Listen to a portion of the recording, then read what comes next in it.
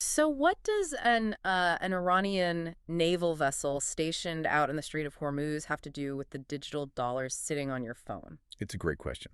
And it's actually a lot more than people think. Right. Today on the week that was, we are taking this massive stack of supply chain reports, inflation data, and, well, Senate markup bills to answer exactly that. Yeah, your mission today is really to understand how just one geographic choke point is basically rewriting the entire architecture of global digital assets and our domestic monetary policy. It's a total masterclass in interconnected systems. Exactly. The through line here is just undeniable once you map it all out. I mean, we are tracing a direct chain reaction. Right. We start with the physical logistics over in the Middle East, look at how that directly triggers surging domestic inflation, And then examine how that inflation forces the massive institutional capital shifts we're seeing. exactly, across the whole digital asset ecosystem. Okay, so let's unpack this a bit, because the volatility you saw in your portfolio over the last few days, it wasn't just random market noise No, not at all. or like a sudden change in sentiment. It was this mechanical chain reaction, and the very first domino fell thousands of miles away. Yeah, with the Iranian military expanding their operational control zone in the Strait of Hormuz. And we aren't talking about some minor adjustment here either. No, I mean, they took a narrow 30-mile choke point and expanded it into this massive 500-kilometer strategic crescent. 500 kilometers, that's huge. Right. It extends all the way out past Kishim Island and right into the Gulf of Oman. But notice what they're actually doing with that space, though. It's not just a blunt force blockade, is it? No, the military doctrine they've rolled out is highly specific. Right. Iranian naval forces are actively permitting Chinese, Indian, and Iraqi vessels to transit without any issue at all. While deliberately obstructing Western shipping. Exactly. They are essentially operating a geographic filtration system. Wow. By selectively letting Allied ships through and stopping Western ships, they're just applying a targeted tax on Western logistics. Yeah. And because of that, marine insurance syndicates immediately have to go and recalculate their risk models. Which means slapping elevated war risk premiums on any commercial vessel even attempting that transit. Right. And you know where that goes. The cost of that premium gets passed directly down the line to the consumer. Always does. Which sets the stage perfectly for that diplomatic summit we saw in Beijing over the last few days between Donald Trump and Xi Jinping. Yeah, looking at the readouts from that, there is some consensus on paper, at least. Right. Both nations actually agreed that the Strait of Hormuz has to remain open without these transit tolls. Sure. But paper agreements often mask the physical realities of global trade. I mean, China continues to purchase Iranian crude oil at a pretty steep discount. Which ironically funds the very infrastructure enforcing that Hormuz filtration system in the first place. Exactly. And the subtext of the whole Beijing summit heavily revolved around Taiwan. Right. President Xi explicitly warned that mishandling the relationship with Taiwan could lead to a military conflict. And that isn't just standard diplomatic posturing. It directly threatens, like, the most critical hardware pipeline on the planet. Yeah, and this is where the executive branch comes in. They actually paused a $14 billion arms sale to Taiwan. Wow.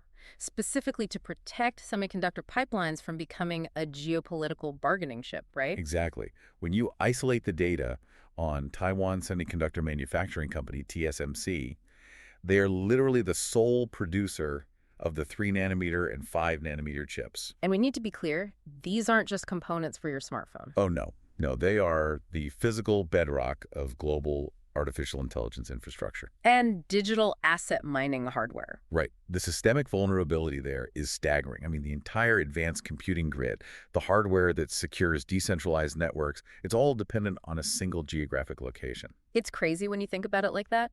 But from a market pricing perspective, a semiconductor shortage takes, what, months, sometimes quarters, to actually materialize in corporate earnings. Yeah, it's a slow burn. The market is overwhelmingly reacting to the energy shock right now because energy costs hit the economic data instantly. Right, instantly. And we saw that instant impact in the macroeconomic reports that just slammed the U.S. this week. Oh, yeah. CPI hit 3.8% year over year. And wholesale inflation, the producer price index surged to 6%. 6% is brutal.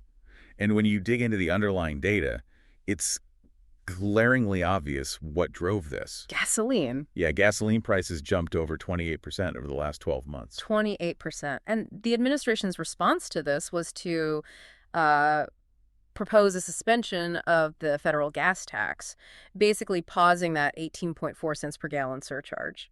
Right. Well, the intention there is obviously to alleviate immediate pain at the pump for the retail consumer. Sure. Politically, it's a highly visible way to say, hey, look, we're taking action against inflation. Yeah, but let's look at the actual math of that mechanism for a second.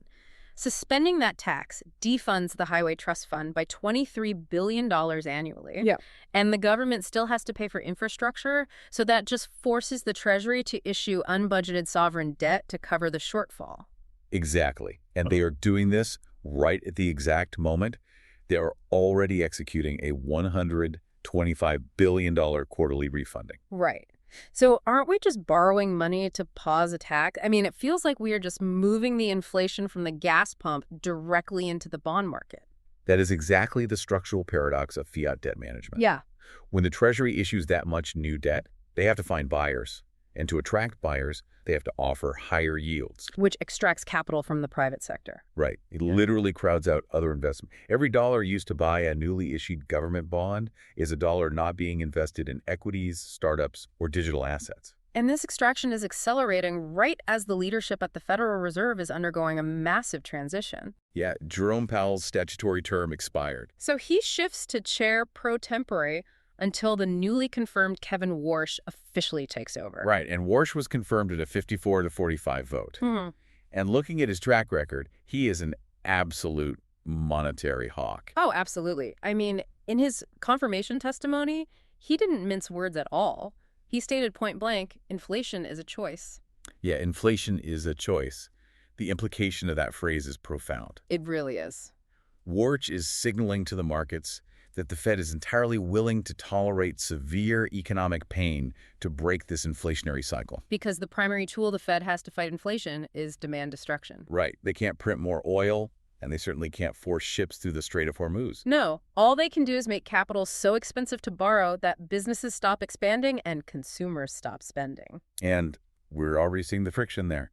I mean, initial jobless claims rose past consensus to 211,000 this week. So you have a weakening labor market colliding with 6% wholesale inflation. Which is the textbook definition of stagflation. Yeah. So if the Fed is intentionally making capital painfully expensive to cool off inflation, traditional portfolio managers have to completely change their math. They have to. Suddenly, holding a volatile digital asset that pays zero yield looks incredibly dangerous compared to a risk-free government bond. Which brings us directly to the massive institutional capital flight we saw in digital assets this week. I mean, the spot price of Bitcoin took a heavy hit, just failing to hold that $80,000 floor. Let's break down the actual mechanics of that drop, though. You'll see technical analysts talking about a breakdown from a rising wedge pattern. Right. But if you strip away the jargon, what that actually means is that thousands of traders had automated stop-loss orders sitting just below that $80,000 psychological floor. So when the price dipped below it, those orders executed automatically, just selling the asset. Exactly. That selling pressure pushed the price down further, which triggered the next layer of automated selling. An algorithmic liquidation cascade. Yes. Human beings aren't making these decisions in real time. Machines are just executing pre-programmed risk management. Over $550 million in long positions were wiped out across the derivatives market in, what, a matter of hours? Yeah, it was fast. But the derivative flush is really just the surface layer. True. The actual institutional flight from the spot ETFs was staggering. Right. We saw a single day with a $635 million net outflow. The BlackRock fund alone bled $285 million in one session. And it's entirely tied to that bond market math we were just talking about. The 10-year Treasury yield crossed 4.5% this week. Right. If you are a fiduciary, you look at your screen and realize, hey, I can sell a volatile digital asset to buy high-yield sovereign debt backed by the U.S. government. It's just a mechanical reallocation of risk. The cost of capital simply became too high to hold speculative assets for a broad segment of the market. But, and here's where it gets really interesting, the 13F filings that dropped this week reveal a much deeper story. Oh, absolutely. These filings show us exactly what the largest money managers in the world are doing with their capital. And it completely contradicts the narrative that institutions are somehow abandoning digital assets. Yeah, you look at these filings and you see this massive, almost theatrical divergence in strategy between Wall Street heavyweights. Yeah. Jane Street Group, one of the most sophisticated market makers in the world, they cut their BlackRock ETF exposure by 71%. Right. But at the exact same time, JP Morgan Chase increased its BlackRock fund position by 174%. That's wild. We are seeing titans taking completely opposite sides of the trade. How do you even reconcile that? Well, you have to understand the business models of the players involved here. Okay. Jane Street is a market maker, right? Right. They largely operate as an authorized participant for these ETFs. So they aren't betting on the long-term adoption of the network. No, they are mechanics. They look at the price of the ETF on the stock exchange, compare it to the actual spot price of the underlying asset, and they just pocket the tiny arbitrage spread between the two. Oh, I see. So when retail volume dries up and volatility drops, that spread shrinks. Exactly. So Jane Street simply packs up their tools and moves their capital elsewhere. In this case, pivoting toward Ethereum funds, where the spreads are currently wider. So Jane Street shrinking their position isn't a lack of faith in the asset. It's just them chasing the more profitable mechanical trade. Exactly. Meanwhile, JP Morgan is operating with a much longer time horizon. Right. They aren't just trading the assets, they're absorbing the actual infrastructure. Yeah, we saw Charles Schwab launch direct trading for their 39.1 million accounts this week, charging a 0.75% transaction fee. Massive distribution. And JP Morgan rolled out JLTXX, which is a tokenized government money market fund built directly on the Ethereum blockchain. Right. They are laying down the plumbing for the next decade of finance, totally regardless of short-term price drops. But the contrast between the financial layer and the physical layer is pretty stark here, right? Very. Wall Street is eagerly absorbing the financial instruments, sure. Yeah. But the public companies that actually secure these digital networks, the physical miners, are facing an existential crisis. Yeah. The margin compression from high energy costs and lower asset prices is forcing this radical metamorphosis in the infrastructure layer. The first quarter earnings from these public miners were just brutal to read. Oh, man. MARA reported a net loss of $1.26 billion. Yeah. CleanSpark reported a $378.3 million net loss. A billion-dollar loss sounds fatal on paper. It does. But we have to separate paper losses from physical reality here. Okay, how so? Well, a massive portion of those reported figures are non-cash, mark-to-market accounting adjustments. Right. Imagine you own a house and the housing market dips. You haven't actually sold the house, but accounting rules force you to record that temporary dip as a loss on your official balance sheet. Ah, so it's kind of a paper illusion. Exactly. The real threat isn't the balance sheet, it's the physical cost of electricity. And the physical reality is catching up fast. The reports cite CoinShares data indicating that a full 20% of global miners are currently operating at a deficit. Wow. The electricity required to produce the asset literally costs more than the asset's current market value. Right, so how do they survive? They pivot. Yeah. We are watching a massive industry-wide shift where these cryptographic mining facilities are actively transitioning into artificial intelligence data centers. He is a profound thermodynamic pivot. I mean, think about what a mining company actually is. Right. During the last bull market, they used speculative capital to acquire prime real estate, negotiate massive grid interconnects, and build these state-of-the-art cooling systems. So now that crypto mining margins are compressed, they're looking around and realizing they own the exact, highly coveted electrical infrastructure that the AI industry desperately needs. Exactly. The AI industry needs it to train large language models. And the examples are everywhere in the filings.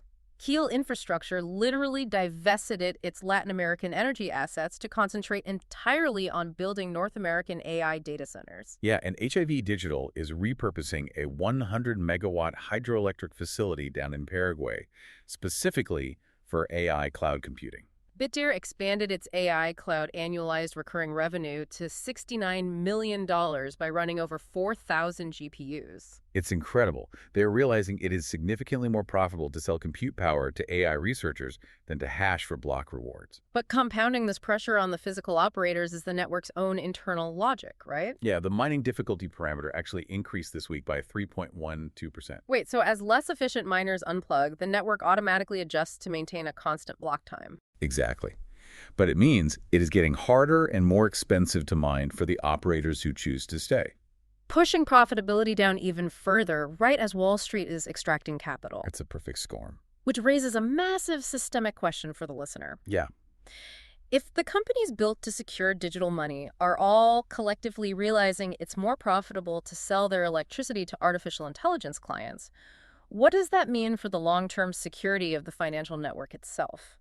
It's the big question. If the security guards all quit for better-paying jobs in AI, who is guarding the vault? Well, the network is theoretically designed to self-regulate, right? If enough miners unplug, the difficulty adjusts downwards until it becomes highly profitable again for whoever remains. Okay, so the danger isn't that the network stops functioning. No, the danger is centralization. Right. If massive industrial players abandon the network permanently to build AI data centers, we could see a concerning concentration of hash rate among a very small group of highly capitalized operators who do choose to stay. And while the physical infrastructure layer is practically transforming overnight to survive this thermodynamic reality, the regulatory layer in Washington is finally attempting to build a statutory framework to govern it all. And it is a fierce battle. Oh, yeah. This week, the Senate Banking Committee officially passed the Digital Asset Market Clarity Act, with a 15-9 vote. What's really notable politically there is that 2 Democrats broke ranks to advance the legislation. Yeah, it is a dense 309-page framework, but you don't need to read all 309 pages. No, thankfully. The core friction, the real battlefield here, centers around what's being called the stablecoin compromise. Exactly. Let's cut straight to the core of that. This compromise explicitly bans stablecoin issuers from paying passive interest to holders. Right. And this was designed entirely to protect traditional commercial bank deposits. I mean, the American Bankers Association actually sent an 8,000-letter opposition campaign to the Senate demanding that stablecoins be prohibited from offering yields. If you look at this logically, are traditional banks essentially admitting that if digital dollars can pay a competitive yield, regional banking as we know it faces an existential deposit flight? Oh, they're absolutely admitting it. And the mechanics of why are pretty simple. Right. Traditional banks take your checking account deposits, pay you 0% interest, and then lend that money out for mortgages and small business loans at, say, 7%. That spread is their entire business model. Exactly. So if a retail customer can hold a digital dollar on their phone and earn a 4 or 5% yield natively without banking fees or transfer delays, the rational consumer is going to move their money. Yeah, the commercial banks internally modeled a 20% reduction in small business and farm loans if that deposit flight happens. So they aren't lobbying against technology. They're literally lobbying for their survival.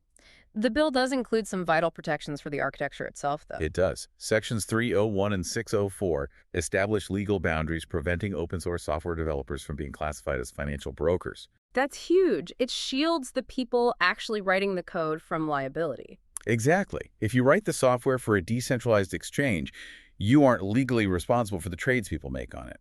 Right, just like the creators of the internet aren't responsible for every email sent. Advancing out of committee is a significant milestone, sure, but the harsh reality of Washington is the legislative calendar.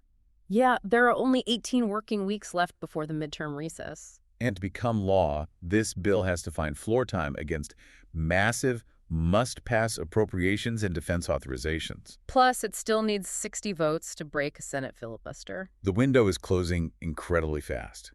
Senator Loomis actually issued a stark warning in the markup session, noting that if the industry fails to get this bill passed right now, the congressional bottleneck could delay statutory codification until 2030. Wow, 2030. We are looking at a scenario where the technology outpaces the law by half a decade. So let's synthesize the board here for a second. We have an energy filtration system expanding in the Middle East.